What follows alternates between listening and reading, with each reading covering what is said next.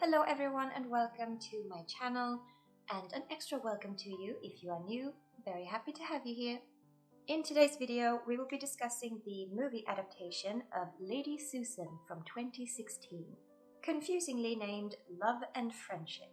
So to clarify this, Love and Friendship was a juvenile story written by Jane Austen in 1790. This film has nothing to do with that story, apart from having taken its name.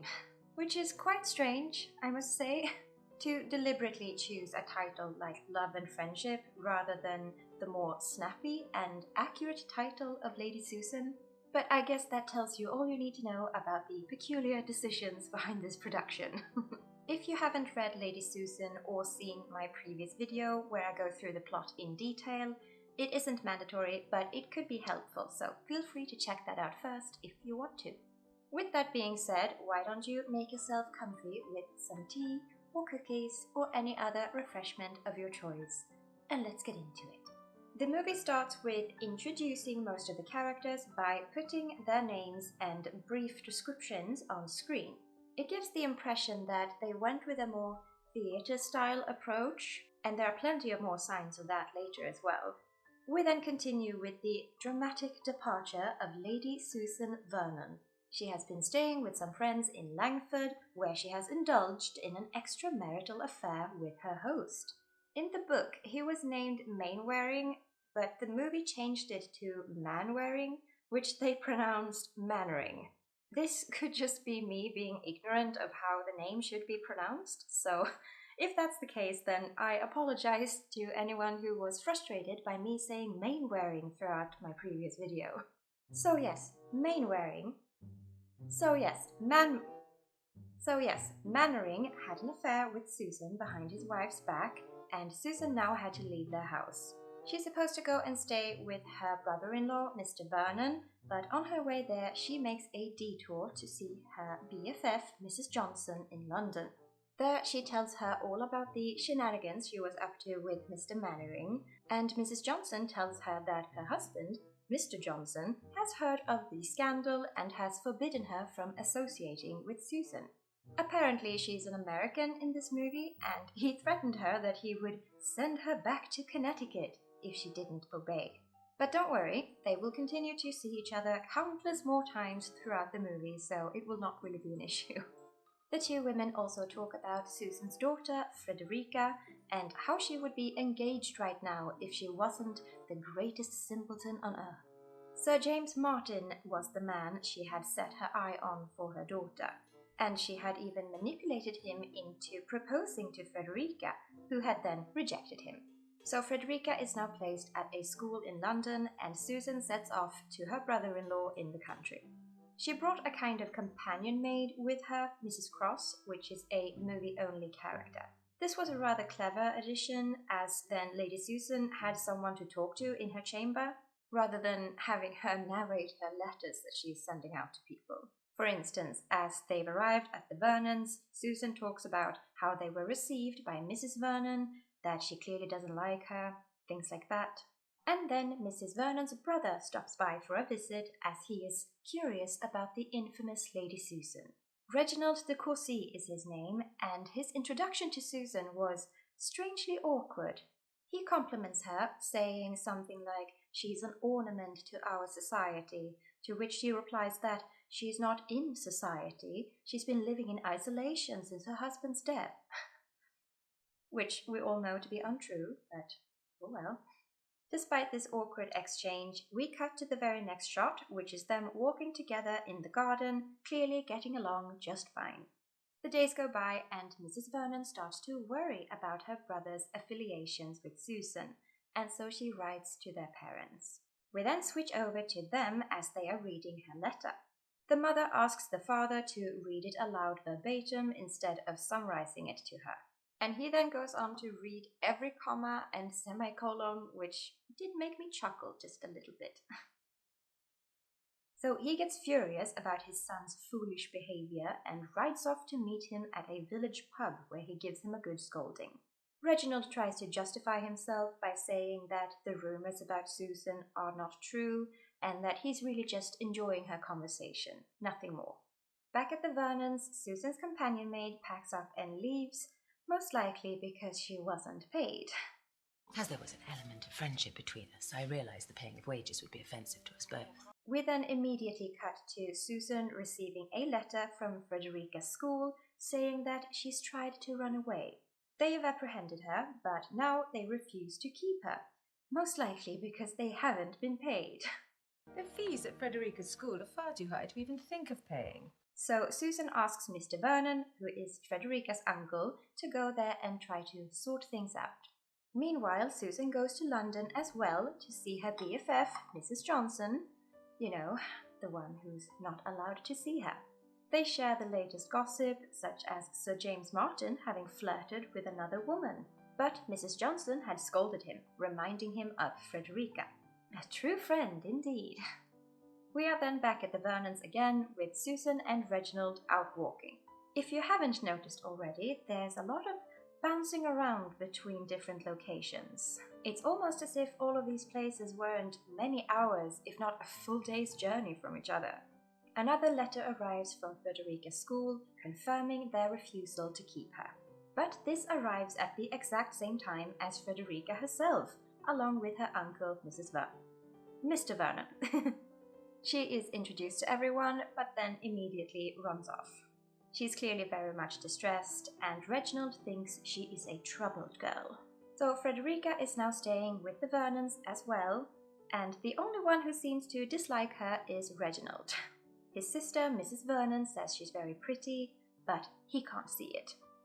Pretty? You think so? Yes. You don't? Shortly after this, an unexpected visitor arrives. It's Sir James Martin. Frederica gets very flustered by his sudden appearance, so she runs away. And a very strange introduction follows where Sir James is proven to have the intelligence level of a toddler. Lady Susan then comes to see Frederica in her room to talk about Sir James. She's trying to reason with her, saying that his only wish is to provide her with a life of comfort.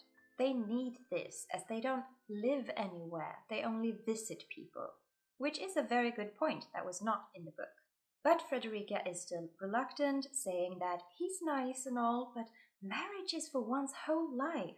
To which her mother replies, not in my experience. Alas for Sir James, everyone seems to dislike him. He's not exactly helping his case though, as during dinner that evening, he was making fun of the peas on his plate. How jolly! Tiny green balls. What are they called? Peas. While Susan and Reginald are out walking the next day, he expresses his views on their latest visitor. And Susan admits that she's trying to marry off Frederica to him. This came as a shock to Reginald, as he put it. How can such a blockhead even be allowed to court your daughter? How can such a blockhead even be allowed to court your daughter? It's incomprehensible. But Susan points out the financial aspects of it, which again shows her motivations to be money. Next, we have Susan hanging out with Mrs. Johnson again in London. You know, the one who's not allowed to see her. They're talking about Reginald, and Mrs. Johnson suggests that Susan should marry him. Back at the Vernons, Sir James is trying to be social with Frederica and the others, but ends up just embarrassing himself as usual. Then we have a ball, which is not in the book, and serves no other purpose than to show off how silly Sir James looks while dancing. Next up we have the scene where Frederica confides in Reginald about not wanting to marry Sir James. She says that Susan has forbidden her to speak to her aunt and uncle about it, so she was hoping that Reginald might be able to help her. And he asks, "What is your objection?" Reginald, you called him a blockhead just a few days ago. I'm sure you wouldn't want to marry him either. He then asks her, what will you do instead if you don't marry? And she says that she could be a teacher, to which he replies that you haven't been enough in school if you think that. And he kind of has a point, you know. But regardless, he agrees to speak to Susan on her behalf, thinking that Susan couldn't possibly object once she learns of her daughter's true feelings. What follows is a conversation between Susan and Reginald off screen, And when we next see Reginald, he's going to his sister, Mrs. Vernon, saying that he will be leaving them now. Evidently, their conversation had not gone well. This is followed up by Frederica coming to Mrs. Vernon as well, saying that her mother and Reginald have quarrelled and it's all her fault. But then Susan shows up in the parlour and is her normal cheerful self. This is in the book as well, that Susan is just always cheerful and pretending that everything is good, which is quite hilarious. She did, however, ask Mrs. Vernon if it's true that Reginald is leaving, which she confirms. And Susan can't have that. No, then she'll lose her grip on him.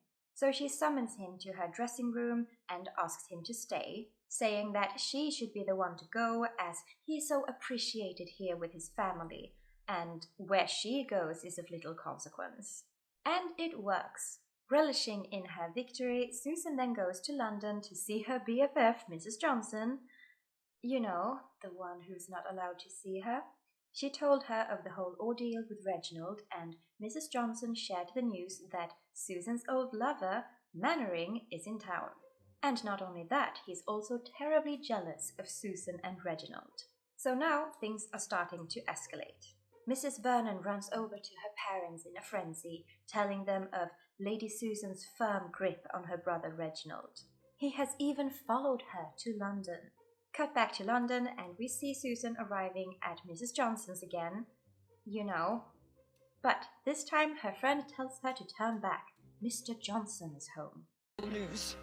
Mr. Johnson's been cured. Oh, how is that possible? So Susan asks her to go and receive Reginald on her behalf, as she's afraid that he'll run into Mannering.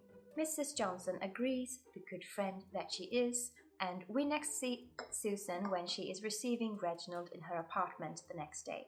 She apologizes for not being there to receive him when he first arrived, and he did seem a little hurt by it, but then he went on to ask if she had considered his proposal.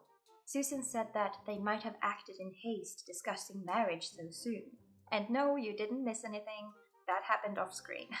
She says that they should wait a little longer, and during that time they shouldn't meet or be near each other to avoid suspicion. He should go back to his family in the country while she should stay in London. He asks her to reconsider, but we don't see her reply as the scene cuts off to the Johnsons' house. The wife of Susan's lover, Mrs. Mannering, arrived at the house in deep despair. Lucy Mannering's here to see you. Mr. Johnson! Please go in. She was quite hysterical, and in the middle of all this drama, who should arrive but Reginald? He was delivering a message from Susan to Mrs. Johnson. It was then revealed to him by Mrs. Mannering that her husband was indeed with Susan at that very moment, which was confirmed by the contents of the message, where Susan asked Mrs. Johnson to keep Reginald there while she was seeing Mannering. So the cat is out of the bag. And not only that, Mr. Johnson now learned of his wife's continued friendship with Susan despite his threats to send her away. And what does she do?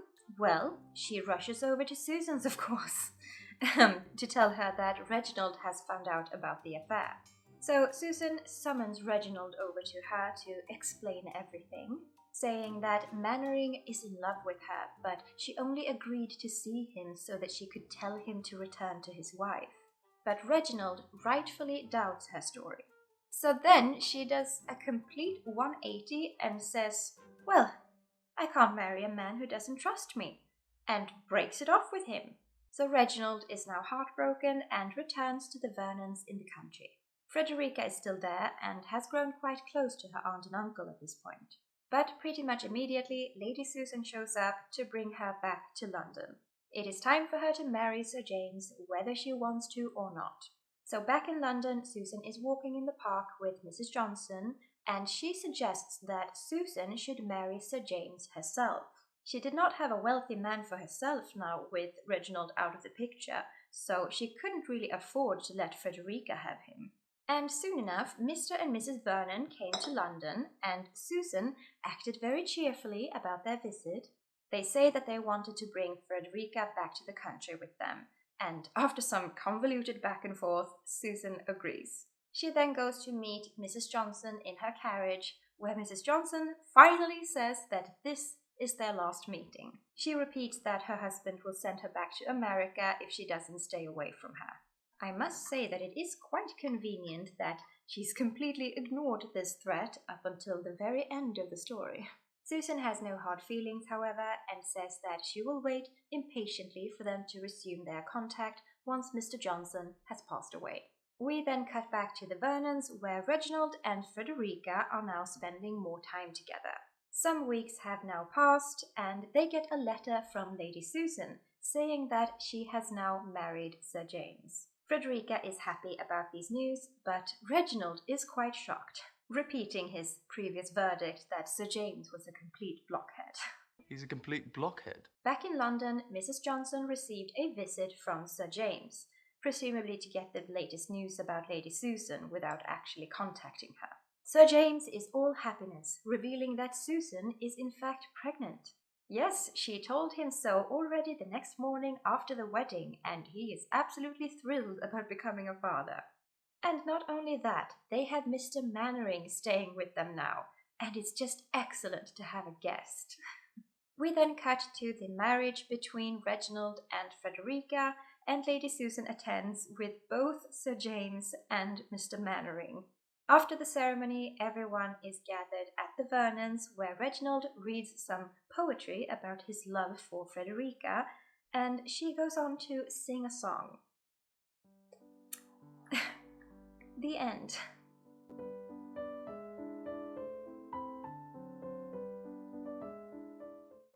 Now, this left me with some questions, or concerns, rather. First, we have Mrs. Johnson's predicament, that from the start of the movie she is forbidden from seeing Susan. But this is then not an issue until the story needs it to be. In the book, Mr. Johnson lays down this rule at the very end, with a threat that he will move them out to the country if she doesn't comply. So she immediately breaks ties with Susan. So she immediately cuts ties with Susan, and I don't really see the point of changing this for the movie. Secondly, we have Susan's so-called manipulation tactics. Some are quite good, and I'll mention that in the next section. But for instance, the breakup with Reginald. He was clearly heartbroken, and had she persisted, she would have turned him back around. Instead, she gave up on her explanation and just broke up with him. In the book, it was he that resisted her efforts and broke it off. So this is another change that doesn't really make sense to me. Then we have the Vernons wanting to take Frederica back. They make it clear that they want her to come and live with them, but Susan is reluctant.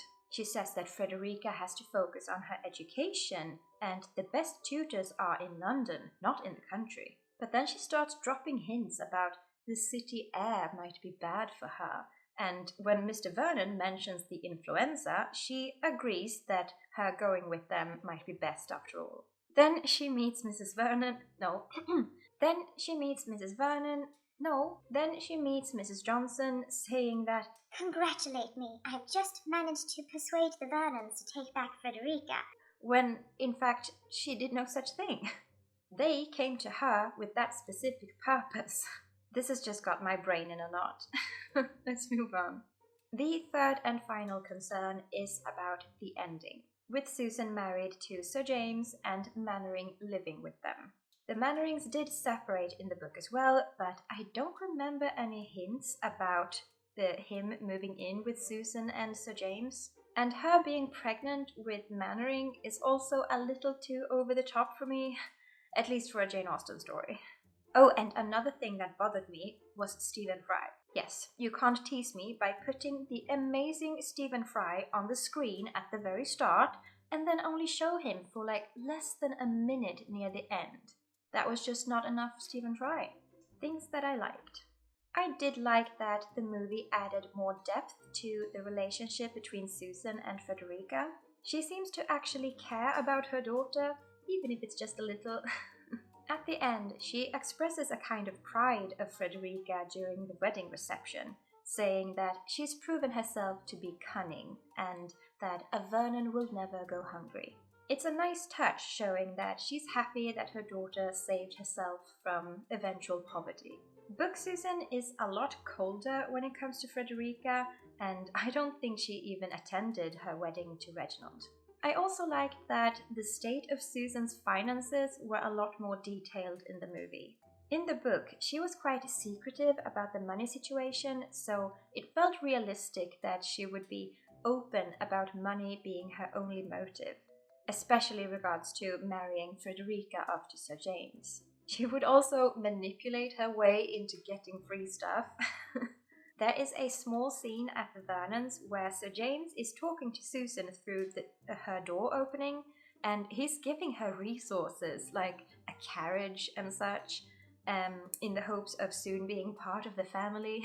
There was also the situation with Mrs. Cross, her companion maid, whom she did not pay, and Frederica's school. Far too high to even think of paying. After Frederica's escape attempt, she expresses how she hopes that Mr. Vernon could sort out the situation, presumably hoping that he would foot the bill once he got there. Just little subtle hints like that is quite nice. The interesting thing about this movie is that you are likely to enjoy it far more if you're already a fan of Jane Austen and have read her books, with the exception of Lady Susan. Having read the book this was based on was a little frustrating, because instead of being an homage to the brilliancy of Jane Austen, it looks more like a satire of her work. Not all the time, but a good chunk of it. I personally have a strong aversion against satire, mainly because I don't understand it. I simply don't see what's so funny about it. So in the end, this is what makes this movie neither objectively good nor bad. It all depends on whether or not you like this type of humor. Should you want to watch the movie for yourself, I did manage to find it on YouTube, so I'll leave the link for that in the description. If you're interested in reading Lady Susan, which this is based on, I can highly recommend it, and I'll leave some links for that below as well. Don't forget to give me a thumbs up if you enjoyed the video, I would highly appreciate that. Thank you all so much for watching today, and I hope to see you back next time.